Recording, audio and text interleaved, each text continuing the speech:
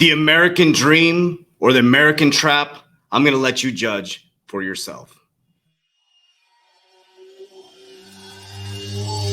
I ain't gonna give in now, I just gotta live this now. I'm gonna be when I'ma kill this stuff real quick. I'ma go take it to town, cause I gotta be that king in the ring when I'm knocking them out. When I'm back with the real, cause I am just up on the journey. You just know that I'm just going insane.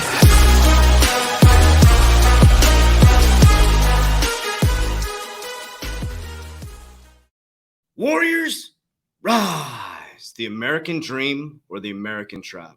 Before we kick this off, I want to make it very clear. I am proud to be an American. I served my country in the military. I served 5 years in the United States Coast Guard. I've been able to build $1 million company, scaling another $1 million company, and I've been able to speak my truth here in America. America is one of the freest countries in the world, and we're one of the most undisciplined countries in the world. So I want you to think about that for just a moment. Now, the American dream before 1971 was alive. You could work your ass off. You could get a great job. You'd pay your home off. You'd buy your car. You'd save up your money and buy your car. You come home. You sat down at the dinner table. The American dream was fully alive. And I'm going to show you some facts, figures, numbers, logic, as things have changed pretty dramatically since 1971. I like to look at the numbers, and I like to look forward and backwards to see where they're taking us. We look historically, and these things have happened over and over again in history. And we look forward to ask ourselves, what do we want for our generation? What I want is financial freedom. I don't want to have to answer to anybody other than God as I move forward with my family. I want to be able to buy land, enjoy my grandkids, enjoy the rest of my life, and enjoy this wonderful earth that God gave me. To be able to travel the world, to meet cool people like you guys. But you have to know the game so you can't be played. The fact is, 1% of the population owns about 97% of the wealth, and whoever controls the information, the money, controls the information, controls the people. Well, something pretty remarkable in 1971 happened. We detached from the gold standard, and at the very same time, the World Economic Forum was created by Klaus Schwab. The World Economic Forum every single year meets in Davos, the richest people in the world with the most access to resources. They meet every single year. And there was a recent interview with Klaus Schwab where they asked him, you have all these wealthy people meeting every single year that have all the money, all the ability to change all these things, but nothing seems to happen. Because there's problem, reaction, solution. Whoever creates a problem creates a reaction, and the people comes up with the solution. So you guys are arguing about left, right, cancel culture, non-cancel culture. The way people pick, gender, all this stuff, this is all by design. And the left and right were created by the left and right to get you to fight against each other. We are all one consciousness having a human experience, and your truth is yours, and you get to live that truth. And the fact is, whatever you think in your mind, whatever you believe in your heart, you think in your mind will eventually become your words and become your reality. If you can see it in your mind, eventually you can hold it right here in your hands. What you repeatedly do gets ingrained in your subconscious mind, and what gets ingrained in your subconscious mind becomes an unconscious activity. What I'm here to share with you guys is what I think is happening. I'm not a financial advisor. None of this is financial advice. I'm just documenting my journey into the quantum financial system. I already know that I will bring the wealth back to my family. It's already in the books, already written. It's already here in the subconscious mind.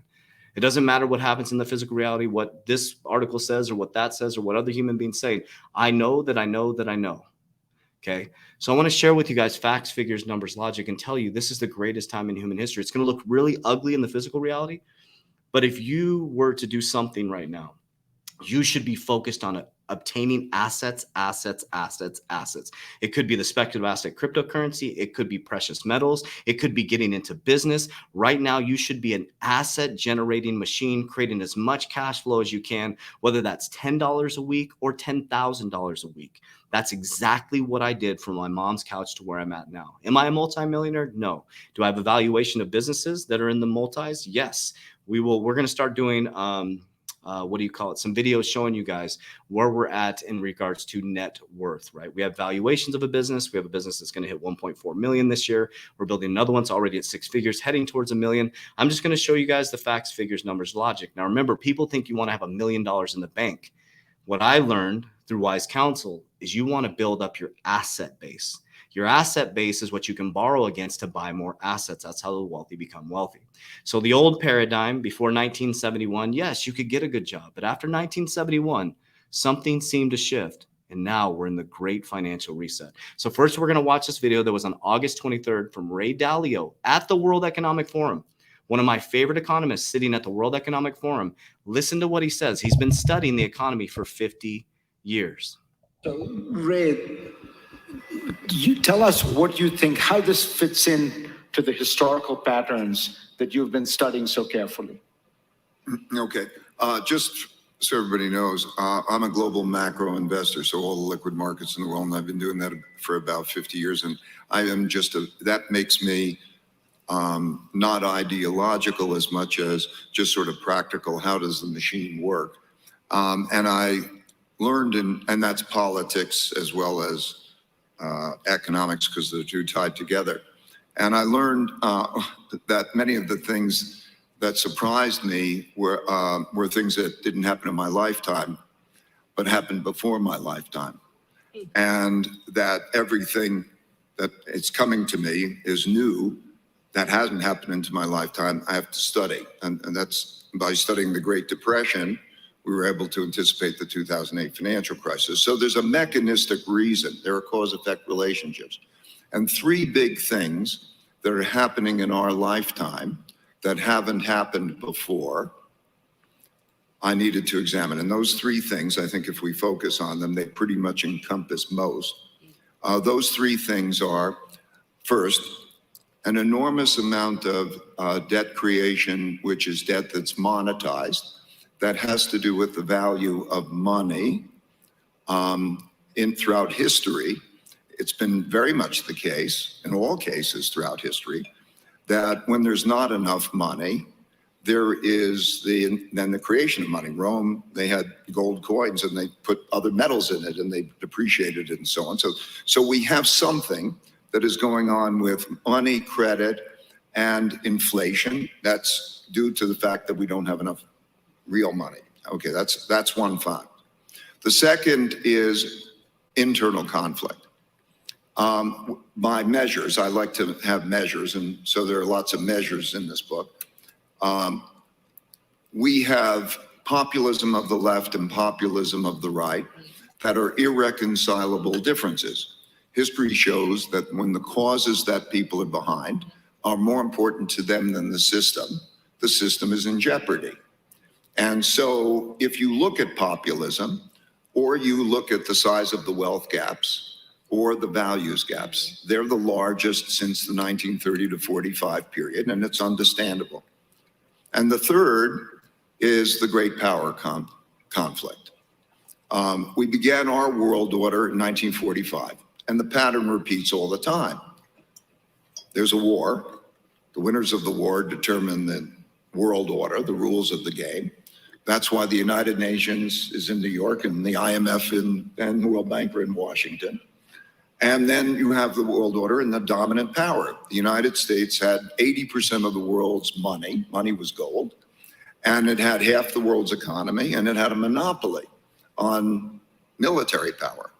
And as that power changes, then you have great power conflict. And so you're having these three things happen again for basically the same mechanistic reasons. And if you go back through history, you see that they repeat over. So they have this cause effect. So I think that when we look at the future and we calculate it for just year by year, we're now in 2022. We're in the part of, they always do it the same way. You have a downturn and they print money and credit because that's the way that you stimulate the economy and so on. It produces inflation. They tighten monetary policy. There's a trade-off, and there we are. Now, then you take that forward and you look at 2022. There's a political thing going on. We're going to have midterm elections in the United States. We're going to have a change in government, the 20th People's Congress in China, and so on. There's a political thing going on, and then you take 2023 and 2024, and with this populism, you're going to have possibly irreconcilable differences. In other words, it's entirely possible that neither side accepts losing in the domestic. And so when you have that going on, you need the historical context. So mechanistically, that very much looks the same. Okay, so he stops talking right there. Watch this video. Like, he's literally unveiling their plan right in front of him. It's a trip. I'm like, he's literally talking about their plan, basically how they've done it in history over and over again. Okay, so remember, I talked about the American dream was before 1971. And after 1971, after we detached from the gold standard, the World Economic Forum was created in 1971. Now, this is just my information. This is just my study. So my parents, I was corrected. They didn't buy their house for $23,000 in 1973. They bought it for $18,500. So I'm just going to put it as if it was 1971. Okay, so 18,500. We're going to calculate inflation.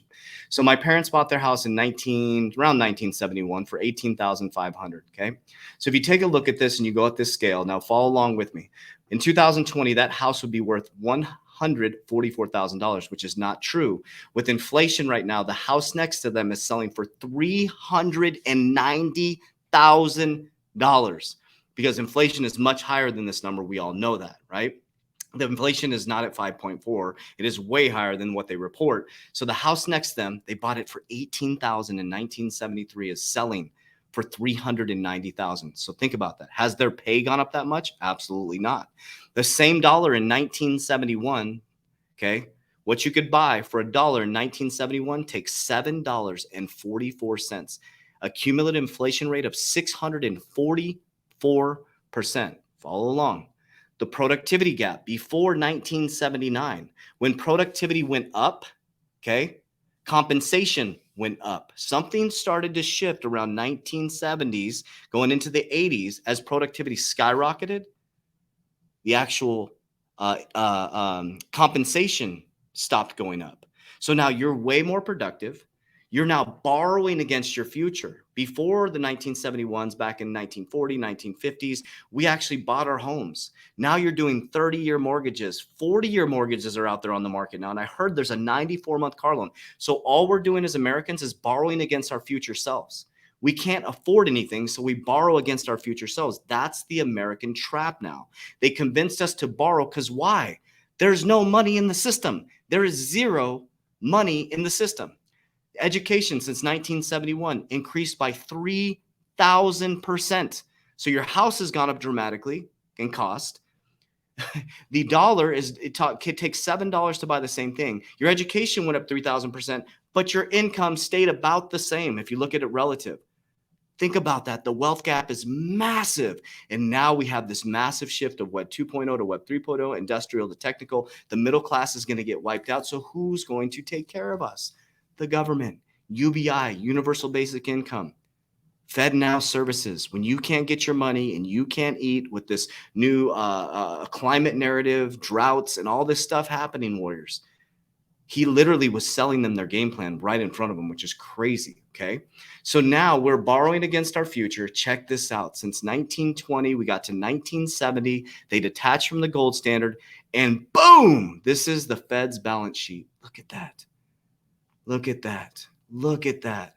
Trillions and trillions of dollars. This is how much money they've printed. Okay. Well, look at the public debt. Since 1970, back here, look at it, just skyrocketed. So does that sound like an American dream to you, or does that look like a debt trap to you? This is not good. This is not a good thing. The money that's printed into the system, Americans are taking their salaries and they're buying homes they can't afford and buying cars they can't afford. And they are not building their retirement anymore. And they're saying that people that make $250,000 a year are now starting to live paycheck to paycheck. Americans now are putting their gas and their food on their credit card. We are at a massive, massive tipping point. So if you're still watching this, I would become an asset generating machine. I would become a cash flow generating machine. I got off my mom's couch by flipping vacuums. I followed the Gary Vee strategy. I just started selling shit. I went to a thrift store. I bought a vacuum. I flipped it. I got a military discount, being a veteran. And I just started doing anything I could to create cash flow. Anything I could. And I bought speculative assets. I put a bunch into XRP. I put a bunch into speculative assets, and I built a nice little crypto portfolio. And I also decided to diversify. I went into leveraged life insurance once I started to get my shit together in business. I went into online education. I built $1 million company off of TikTok in education, online education. I flipped the script on how people learn. I shared what I was doing, and I started teaching other people. We've had 5,000 people go through our Warrior Academy. We're building a business education to show people how we do it. Warriors, everything is flipped right now. So as your friends party and your friends do all this stuff and your friends are worried about the Kardashians and they're worried about, I apologize, that was my manifestation alarm. And they're worried about all this stuff. You should be worried about creating cash flow. Sell stuff, Warriors. If you have 2 cars, go down to 1 car right now. Create up that cash flow, pay off high interest rate debt, do anything you can to create cash flow and put it into these speculative assets. Not financial advice. That's what I'm doing. So if you want to join us at the 3T Warrior Academy, we're a family of people rising together. It's all about high frequency, love, vibration, becoming better human beings, fathers, partners, stewards of society, man. This is God's money. This is God's land. This is not ours. We need to treat it much better. We're renting this for a period of time as we come down here. And it's not meant for the 1%. It's not meant for all these people at Davos to control our every move. You have the opportunity right now to take your sovereignty back because it's here and it's here. I love you guys. I appreciate you guys. Again, I'm proud to be an American, but they took us from the American dream to the American trap, and you better wake up. Warriors, rise, get your shit together. Let's go.